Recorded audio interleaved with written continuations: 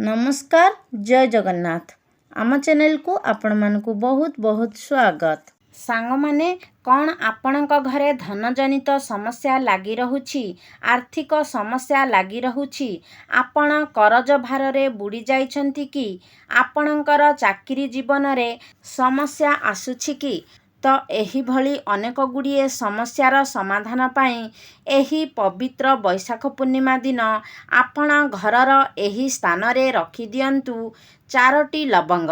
देखिबे केवल गोटिए मास भितर ही आपणकर ए सबु समस्यार समाधान हेबाकू लागिबो।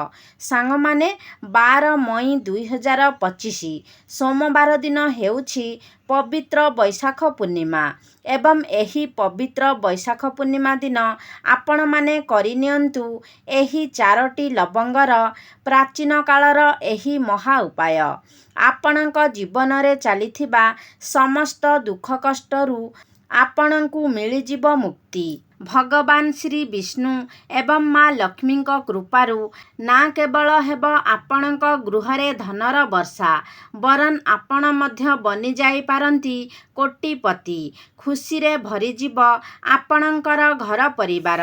सांग माने आपण माने जानती आमर वर्षर 12टी मासरे 12टी पूर्णिमा तिथि आसी थाए।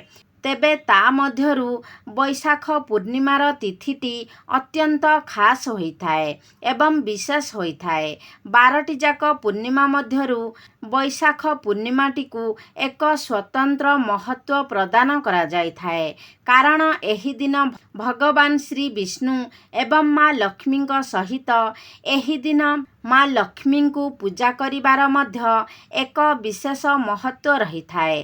तेणु एही दिनटी अत्यंत खास होइथाए, जहा फलरे आपण एही दिन करिथिबा पूजा पाठ एवं उपायर शुभ फल आपणकू तुरंत ही प्राप्ति होइथाए। प्रत्येक वर्षर एही पूर्णिमा तिथिटीकू विशेष लाभकारी एवं शुभकारी बोली माना जाइथाए।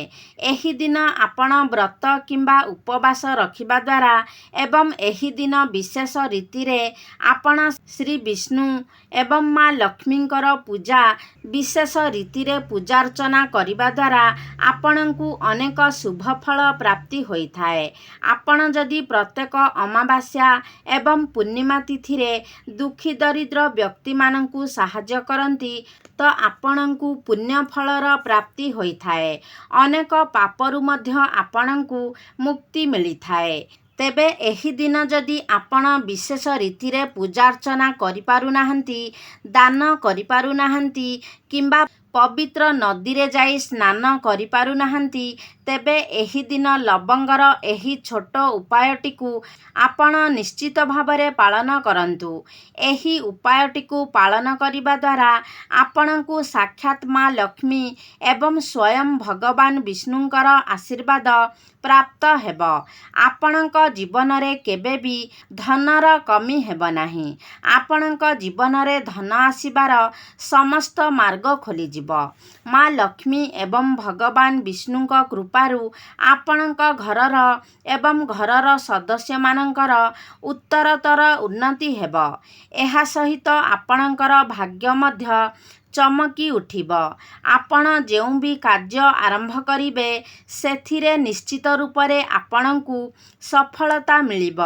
तो एबे आपण निश्चित रूपरे भाबुथिबे जे लवंगर केवल एही छोट उपाय द्वारा किपरि आपणकू भगवान विष्णु एवं माँ लक्ष्मींकर आशीर्वाद प्राप्त होई पारिब। लवंगर उपाय करी आपणकर भाग्य किपरि चमकी उठिब। तो सांग माने आपण माने जानी रखिबा उचित जे ए जेउ लवंग रही थाए सेथिरे माँ लक्ष्मींकर दिव्य शक्ति गुड़िकर वास होई थाए एवं जदि भगवान विष्णु एवं माँ लक्ष्मींकर पूजारे लवंगर व्यवहार करा जाए तो सही पूजा तुरंत ही सिद्ध होई थाए। एवं जदि आपण पूर्णिमा दिन राति रे 4टी लवंगर प्राचीन कालर महा उपाय को ପାଳନ କରିନେଉଛନ୍ତି, ଯାହା ଆଜିର ଏହି ଭିଡ଼ିଓରେ ମୁଁ ଆପଣମାନଙ୍କୁ କହିବାକୁ ଯାଉଛି। ଏହି ଉପାୟଟି ଦ୍ୱାରା ସମ୍ପୂର୍ଣ୍ଣ ବର୍ଷ ସାରା ଆପଣଙ୍କର ଭାଗ୍ୟ ଆପଣଙ୍କର ସାଥ ଦେବ। ଏହି ସମ୍ପୂର୍ଣ୍ଣ ବର୍ଷଟିରେ ଆପଣଙ୍କ ଜୀବନରେ ଆର୍ଥିକ ସମସ୍ୟା ଦେଖାଦେବ ନାହିଁ। ଆଗକୁ ଧନର ଅଭାବ ହେବ ନାହିଁ। ତେବେ ସାଙ୍ଗମାନେ, ସେଥିପାଇଁ ଆପଣମାନେ ଭିଡ଼ିଓଟିକୁ ସ୍କିପ୍ ନ କରି ଶେଷ ପର୍ଯ୍ୟନ୍ତ ନିଶ୍ଚୟ ଦେଖନ୍ତୁ ଏବଂ ଭିଡ଼ିଓକୁ ଗୋଟେ ଲାଇକ୍ କରି ଚ୍ୟାନେଲଟିକୁ ସବସ୍କ୍ରାଇବ୍ କରିଦିଅନ୍ତୁ ଏବଂ କମେଣ୍ଟ ବକ୍ସରେ ଭକ୍ତି ଓ ଶ୍ରଦ୍ଧାର ସହ ଜୟ ଶ୍ରୀ ବିଷ୍ଣୁ, ଜୟ ମା ଲକ୍ଷ୍ମୀ ନିଶ୍ଚୟ ଲେଖନ୍ତୁ।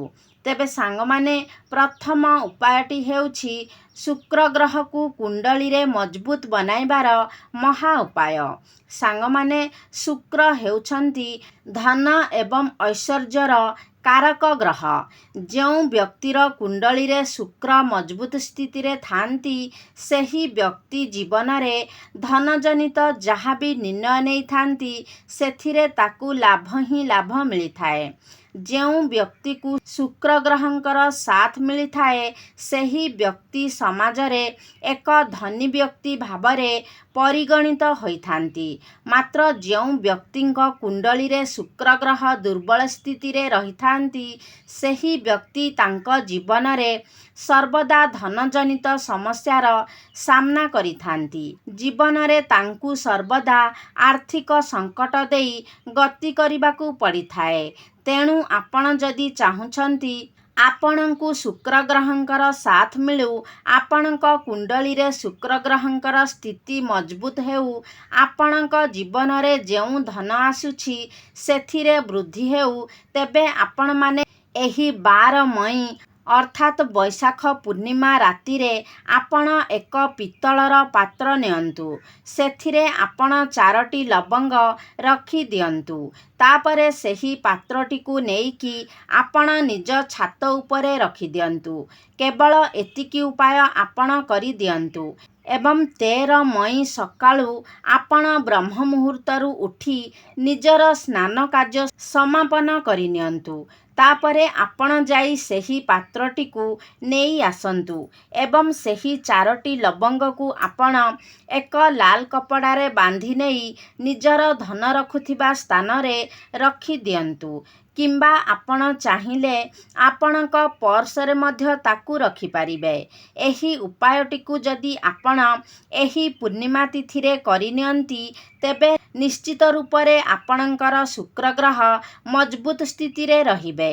କାରଣ ପୂର୍ଣ୍ଣିମାର ସେହି ପୂର୍ଣ୍ଣିମା ଚାନ୍ଦର ପ୍ରଭାବ ଲବଙ୍ଗ ଉପରେ ପଡ଼ିବ, ଯାହାଫଳରେ ଲବଙ୍ଗଟି ସିଦ୍ଧ ହୋଇଯିବ ଏବଂ ଧନକୁ ଆକର୍ଷଣ କରିବାର ଚୁମ୍ବକୀୟ ଶକ୍ତି ତା ମଧ୍ୟକୁ ଆସିବ, ଯାହାଫଳରେ ଆପଣଙ୍କ ଗୃହକୁ ଧନକୁ ଆକର୍ଷଣ କରିବାର ସେ କାର୍ଯ୍ୟ କରିବ।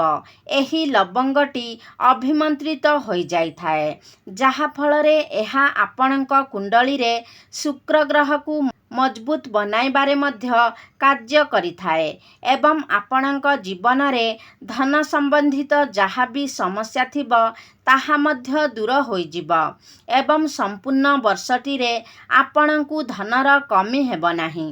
ଦ୍ୱିତୀୟ ଉପାୟଟି ହେଉଛି ଭାଗ୍ୟର ସାଥ ପାଇବାର ମହା ଉପାୟ।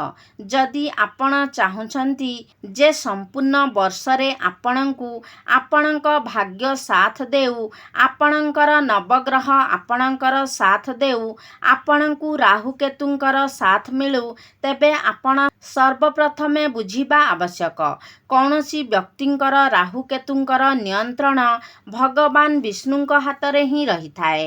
ତ ସେଥିପାଇଁ ଆପଣ ଗୋଟିଏ ଛୋଟିଆ ଉପାୟର ପାଳନ କରିନିଅନ୍ତୁ। 12 ମଇ ସନ୍ଧ୍ୟା ସମୟରେ ଆପଣ ଭଲ ଭାବରେ ସ୍ନାନ କରିନିଅନ୍ତୁ। ତାପରେ ଆପଣ ଗୋଟିଏ ଡବା ନିଅନ୍ତୁ ଏବଂ ସେହି ଡବାରେ ଆପଣ ସମ୍ପୂର୍ଣ୍ଣ ରୂପରେ ହଳଦୀ ଭରି ନିଅନ୍ତୁ। ହଳଦୀଟି ଶୁଭ ଗୁଣର ପ୍ରତୀକ ହୋଇଥାଏ ଏବଂ ହଳଦୀର ସିଧାସଳଖ ସମ୍ବନ୍ଧ ଭଗବାନ ଶ୍ରୀ ବିଷ୍ଣୁଙ୍କ ସହିତ ରହିଥାଏ। ତାପରେ ଆପଣ 2ଟି ଲବଙ୍ଗ ଏବଂ ସେହି ହଳଦୀ ଡବାକୁ ନେଇକି ନିଜ ପୂଜା ଘରକୁ ଯାଆନ୍ତୁ। ତାପରେ ଆପଣଙ୍କର ପୂଜା ଘରେ ଥିବା ଭଗବାନ ଶ୍ରୀ ବିଷ୍ଣୁଙ୍କର ପ୍ରତିମା କିମ୍ବା ଫଟୋ ସମ୍ମୁଖରେ ବସି ଯାଆନ୍ତୁ। ତାପରେ ଆପଣ ଭଗବାନଙ୍କ ସମ୍ମୁଖରେ ଏକ ଘିଅର ଦୀପ ପ୍ରଜ୍ୱଳନ କରନ୍ତୁ। ତାପରେ ସେହି 2ଟି ଲବଙ୍ଗ ଏବଂ ହଳଦୀ ଡବାଟିକୁ ନିଜ ହାତରେ ଧରି ଭଗବାନ ବିଷ୍ଣୁଙ୍କର ବୀଜମନ୍ତ୍ରକୁ 11 ଥର ଜପ କରନ୍ତୁ। ବୀଜମନ୍ତ୍ରଟି ହେଉଛି ଓମ୍ ନମଃ ଭଗବତେ ବାସୁଦେବାୟ ନମଃ। ତେବେ ଏହି ବୀଜମନ୍ତ୍ରକୁ ଆପଣ 11 ଥର ଜପ କରିସାରିବା ପରେ ସେହି 2ଟି ଲବଙ୍ଗକୁ ଆପଣ ହଳଦୀ ଡବା ଭିତରେ ରଖିଦିଅନ୍ତୁ। ତାପରେ ଡବାଟିକୁ ବନ୍ଦ କରି ନେଇ ଆପଣଙ୍କ ବେଡ୍ରୁମ୍ରେ ସେହି ଡବାଟିକୁ ରଖିଦିଅନ୍ତୁ। କେବଳ ଏତିକି ଉପାୟ ଯଦି ଆପଣ ଏହି ପୂର୍ଣ୍ଣିମା ଦିନ କରିନେଉଛନ୍ତି ତ ଆପଣ ପରିଲିଖିତ କରିବେ ଯେ ଏହି ସମ୍ପୂର୍ଣ୍ଣ ବର୍ଷଟିରେ ଆପଣଙ୍କର ଭାଗ୍ୟ ଆପଣଙ୍କର ସାଥ ଦେବ। ଭଗବାନ ବିଷ୍ଣୁଙ୍କର କୃପା ଆପଣଙ୍କ ଉପରେ ବନି ରହିବ। ଆପଣଙ୍କ ଗୃହର ଉନ୍ନତି ହେବ। ଆପଣ ଯେଉଁ ବି କାର୍ଯ୍ୟର ଆରମ୍ଭ କରିବେ ସେଥିରେ ଆପଣଙ୍କୁ ସଫଳତା ମିଳିବ। ଆପଣଙ୍କର ଭାଗ୍ୟ ଚମକି ଉଠିବ। ତୃତୀୟ ଉପାୟଟି ହେଉଛି ଘରର ଉନ୍ନତି ପାଇଁ ମହା ଉପାୟ। ଯଦି ଆପଣ ଚାହୁଁଛନ୍ତି ଆପଣଙ୍କ ଘରର ଉନ୍ନତି ହେଉ, ମା ଲକ୍ଷ୍ମୀ ଏବଂ ଭଗବାନ ବିଷ୍ଣୁଙ୍କ କୃପା ସର୍ବଦା ଆପଣଙ୍କ ଗୃହ ଉପରେ ବନି ରହୁ, ତ ଆପଣ ଏହି ପୂର୍ଣ୍ଣିମା ତିଥିରେ ସୂର୍ଯ୍ୟାସ୍ତ ପରେ ଘରର ମୁଖ୍ୟ ଦ୍ୱାରରୁ ନେଇ ଘରର ପ୍ରତ୍ୟେକ କୋଣରେ ଆପଣ ଗୋଟିଏ ଗୋଟିଏ ଘିଅର ଦୀପ ନିଶ୍ଚୟ ଜଳାନ୍ତୁ ଏବଂ ପ୍ରତ୍ୟେକ ଦୀପରେ ଆପଣ ଗୋଟିଏ ଲେଖାଏଁ ଲବଙ୍ଗ ପକାଇ ଦିଅନ୍ତୁ। କେବଳ ଏତିକି ଉପାୟ ଯଦି ଆପଣ ଏହି ପୂର୍ଣ୍ଣିମା ତିଥିରେ କରିନିଅନ୍ତି ତ ସମ୍ପୂର୍ଣ୍ଣ ବର୍ଷ ସାରା ଆପଣଙ୍କ ଘରର ଉନ୍ନତି ହେବ। ଆପଣଙ୍କ ଘରକୁ ଧନର ଆଗମନ ହେବ। ଗୃହରେ ସକାରାତ୍ମକ ଊର୍ଜାର ସଞ୍ଚାର ହେବ। ଚତୁର୍ଥ ଉପାୟଟି ହେଉଛି ଧନ ପ୍ରାପ୍ତିର ମହା ଉପାୟ। ଯଦି ଆପଣ ଚାହୁଁଛନ୍ତି ସମ୍ପୂର୍ଣ୍ଣ ବର୍ଷଟିରେ ଆପଣଙ୍କ ଗୃହରେ ଧନର ବର୍ଷା ହେଉ, ମା ଲକ୍ଷ୍ମୀଙ୍କ କୃପାରୁ ଆପଣଙ୍କ ଘରକୁ ଅନେକ ସ୍ରୋତରୁ ଧନର ଆଗମନ ହେଉ, ପୁରା ବର୍ଷ ଆପଣଙ୍କ ଗୃହକୁ ଧନ ଆସୁ, ତ ଆପଣ ଏହି ପବିତ୍ର ପୂର୍ଣ୍ଣିମା ତିଥିରେ 12 ମଇ ସନ୍ଧ୍ୟାକୁ ଆପଣ ସ୍ନାନ କରିନିଅନ୍ତୁ। ତାପରେ ଆପଣ ଏକ ଲାଲ ରଙ୍ଗର ବସ୍ତ୍ର ପରିଧାନ କରନ୍ତୁ ଏବଂ ନିଜର ପୂଜା ଘରକୁ ଯାଆନ୍ତୁ। ଆପଣଙ୍କ ପୂଜା ଘରେ ଆପଣ ମା ଲକ୍ଷ୍ମୀଙ୍କର ଯଦି ପ୍ରତିମା କିମ୍ବା ଫଟୋ ରଖିଛନ୍ତି, ସେହି ପ୍ରତିମା କିମ୍ବା ଫଟୋ ସାମ୍ନାରେ ଆପଣ ବସିଯାଆନ୍ତୁ। ତାପରେ ଆପଣ ଏକ ଶୁଦ୍ଧ ଘିଅର ଦୀପ ଜଳାନ୍ତୁ। ଏହାପରେ ମା ଲକ୍ଷ୍ମୀଙ୍କ ସମ୍ମୁଖରେ ଆପଣ ଏକ ଲାଲ ରଙ୍ଗର କପଡ଼ା ବିଛାଇ ଦିଅନ୍ତୁ ଏବଂ ସେହି କପଡ଼ା ଉପରେ 4ଟି ଲବଙ୍ଗ, 3ଟି କର୍ପୂର ଏବଂ 1 ମୁଠା ଧନିଆ ରଖନ୍ତୁ। ତାପରେ ଏହାକୁ ବାନ୍ଧି ଆପଣ ଏକ ପୁଟୁଳି ବନାଇ ଦିଅନ୍ତୁ। ତାପରେ ସେହି ପୁଟୁଳିଟିକୁ ଆପଣଙ୍କର ହାତରେ ଧରି ମା ଲକ୍ଷ୍ମୀଙ୍କର ବୀଜମନ୍ତ୍ର ଆପଣ 11 ଥର ଜପ କରନ୍ତୁ। 11 ଥର ଏଥିପାଇଁ କାରଣ 11 ସଂଖ୍ୟାଟି ମା ଲକ୍ଷ୍ମୀଙ୍କର ଅତ୍ୟନ୍ତ ପ୍ରିୟ ହୋଇଥାଏ। ବୀଜମନ୍ତ୍ରଟି ହେଉଛି ଓମ୍ ମହାଲକ୍ଷ୍ମୀ ନମଃ। ତେବେ ଏହି ମନ୍ତ୍ରଟିକୁ ଆପଣ 11 ଥର ଜପ କରନ୍ତୁ। ଏହାପରେ ଯେଉଁ ପୁଟୁଳିଟିକୁ ଆପଣ ହାତରେ ଧରିଛନ୍ତି ତାକୁ ନେଇକି ଆପଣ ନିଜର ଧନ ରଖୁଥିବା ସ୍ଥାନରେ ରଖିଦିଅନ୍ତୁ। କେବଳ ଏତିକି ଉପାୟ ଆପଣଙ୍କ ମୂଲ୍ୟବାନ ସମୟରୁ କାଢ଼ିକି ଆପଣ ଏହି ପୂର୍ଣ୍ଣିମା ତିଥିରେ କରିନେଉଛନ୍ତି ତ ଏହି ପୁଟୁଳିଟି ଅଭିମନ୍ତ୍ରିତ ହୋଇଯାଇଥାଏ, ଯାହା ଆପଣଙ୍କ ଜୀବନରେ ଧନକୁ ଆକର୍ଷଣ କରିବାର କାର୍ଯ୍ୟ କରିବ। ଆପଣଙ୍କ ଜୀବନରେ ଧନର ବର୍ଷା ହେବ। ସମ୍ପୂର୍ଣ୍ଣ ବର୍ଷଟିରେ କେବେ ବି ଆପଣଙ୍କ ଗୃହରେ ଧନର ଅଭାବ ହେବ ନାହିଁ। ଏପରି କିଛି ଛୋଟ ଛୋଟ ଉପାୟ ରହିଛି।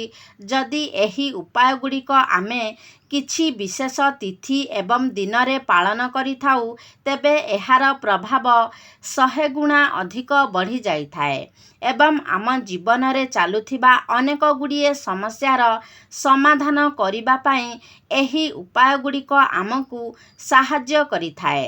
ତେବେ ସାଙ୍ଗମାନେ ଆଶା କରୁଛି ଆଜିର ଭିଡ଼ିଓଟି ଆପଣମାନଙ୍କୁ ନିଶ୍ଚିତ ଭାବରେ ଭଲ ଲାଗିଥିବ। ଯଦି ଭଲ ଲାଗିଛି ତାହେଲେ ଲାଇକ୍ କରନ୍ତୁ, ସେୟାର କରନ୍ତୁ।